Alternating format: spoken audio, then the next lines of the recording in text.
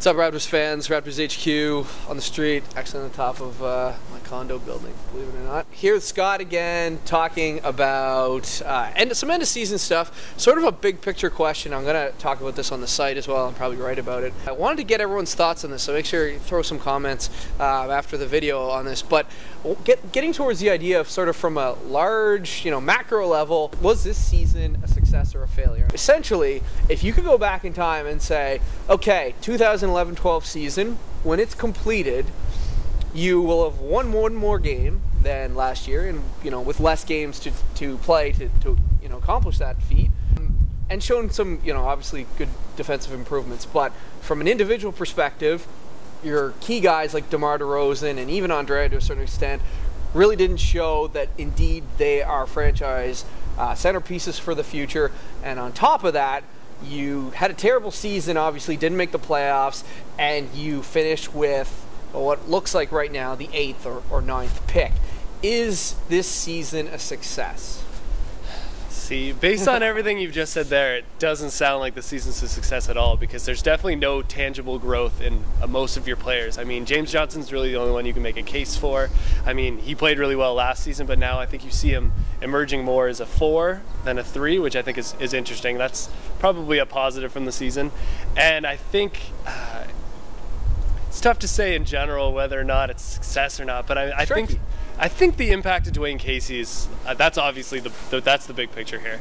And I mean, he's shown, and like you've mentioned before, he's proven that coaching can make a difference. And I think that with him in place, at least there's some stability with the franchise that we necessarily haven't had in the past. I mean, if you go back and you look at the past coaches, like even Sam Mitchell, who won Coach of the Year, he was really like a promoted assistant. I mean, Dwayne Casey's a promoted assistant, but he had head coaching experience. And if you look at his track record in Minnesota, it wasn't fair that he was fired. Yeah. So I think big picture, that's basically all you're going to get out of the season. It's a success in the sense that Dwayne Casey's had such an impact on the team, and that you have a rock that you can depend on going forward. But I mean, in all other facets, you have to consider the season a failure. Yeah, like it's funny because I think a lot of people are considering the season a success because they won as many games as they did with the exact same team as last year. Really not much talent, NBA talent anyway, especially when you factor in the injuries too.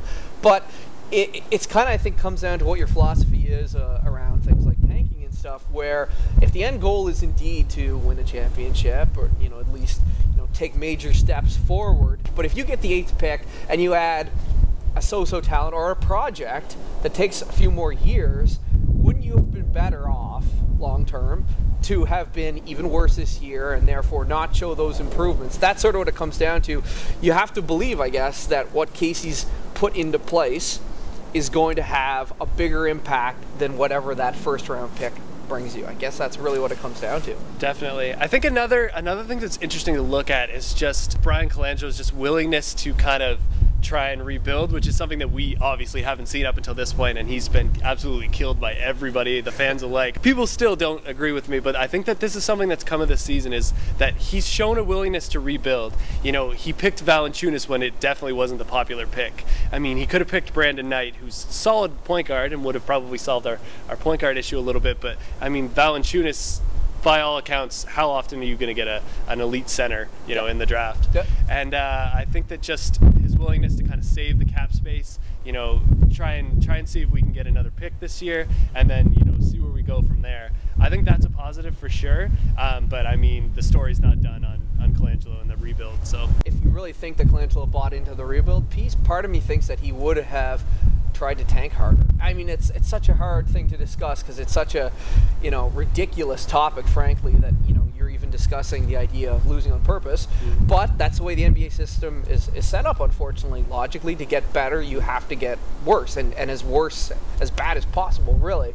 So should when you look at the Raptors' record at the end of the season, a couple of those extra wins that they had over Boston and Atlanta at the end may have cost them a shot at getting an upper tier talent that would have push them forward. So it's, on the other hand, it's sort of like, well, could Colangelo have pulled the strings a little bit more? It's so hard to say, though, because a coach like Casey, you know, he doesn't understand. He's not losing on purpose. Yeah, exactly. But I think the other side to that is if you look at how many games Bargnani sat out, how many games Calderon sat out. I mean, Claza sat out some games. Yep. Pretty much everybody sat out games. So, you know, Casey did what he did at the end of the season. Sat out some games. Yeah, exactly. Alabi sat out. He was a big sacrifice for most of the season. Came on strong at the end there. Casey did what he did with mostly D-League players. They just happened to pick up two particularly good D-League players. I mean, Uzo showed that he's got some skills, and Alan Anderson, I would be absolutely shocked if he didn't stick on an NBA roster next season. Yeah, absolutely. Anyway, we want to know what you guys think about this. I said before, leave some comments, let us know your thoughts, because it's probably a much bigger discussion than, you know, just you know, this video clip and any other articles that we post on it. And something that's honestly, there was so much talk of tanking this year. It's probably a conversation that will go on for some time. Don't forget to subscribe.